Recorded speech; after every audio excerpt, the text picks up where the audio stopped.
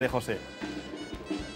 Ara podem dir-ho, així estem nosaltres en directe per a acreditar, per a certificar de que sí que estan ballant, però vos he de dir que estos joves, quintos, commemoren que enguany donen el pas de la joventut a la maduresa, a fer-se adults, i ja s'estan comportant com a homes, i això no acaba d'estar clar, perquè han vingut ara perquè els hem pegat un tironet d'elles. Ells han obert la dansa, han deixat a les xiques ballant amb els veïns, amb els amics, amb els pares, se n'han anat al bar i han tornat ara perquè estem nosaltres en directe. Que poca vergonya! Una gravació des del nostre programa crec que els hem de pegar, eh? Han tornat més hidratats, Maria José. Vull entrevistar-los perquè per a ells viure en primera persona un moment tan transcendental com este i d'una manera tan cerimoniosa, Pablo, és un orgull. Esclar, això és com el pas a la majoria d'edat.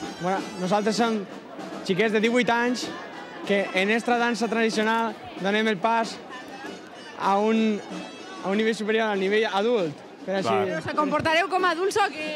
Perquè feu un poquet l'animalet en les festes, eh? En les danses podem comportar-nos encara com xiquets, però és que en tanta volta al final acabarà marejats. I no per veure. A mi m'agradaria destacar el paper de les xiques. Moltes poden ser nòvies, però en altres casos, com és el cas de Marta, que és la teua dansadora o balladora, és amiga teua. I mira, vegueu això que està passant? Què li tiren? Què li tiren? Què és això?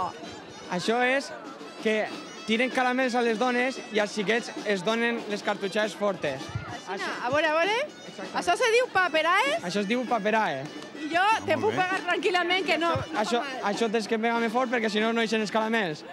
I els caramels el que tenen és que així perquè els xiquets els arrepleguen, com veus ahir. Tots els xiquets estan ansiosos d'agafar caramels perquè...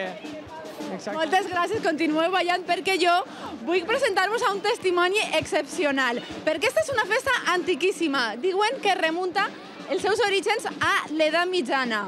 A dia d'avui encara continua vigent i així tenim una senyora que ella va ser reina mora, perquè aquestes són unes danses que se celebren en honor al rei Moro. Ella va ser reina mora l'any 31.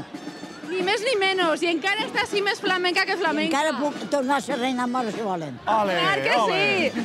I què recorda vostè d'aquella època? De tot. De tot el que vulguin preguntar-me. Se'n recorda perquè aquesta és la nit de les serenates. Sí. Esta nit al rei i a la reina mora li fan serenates. Mos cantaria una per acomiadar-nos? Pero sí. Tienes una cinturita que anoche te la medí con vara y media de cinta. 14 vueltas le di, 14 vueltas le di. No té mèrit, té quasi un segle de vida i encara se'n recorda com si fos ahir que ella va viure les seues festes. Demà, el dia gran d'aquestes danses del rei Moro d'agost. Gràcies, Maria José. I gràcies a esta senyora per cantar-nos. Eres bonita por Vinga, gràcies.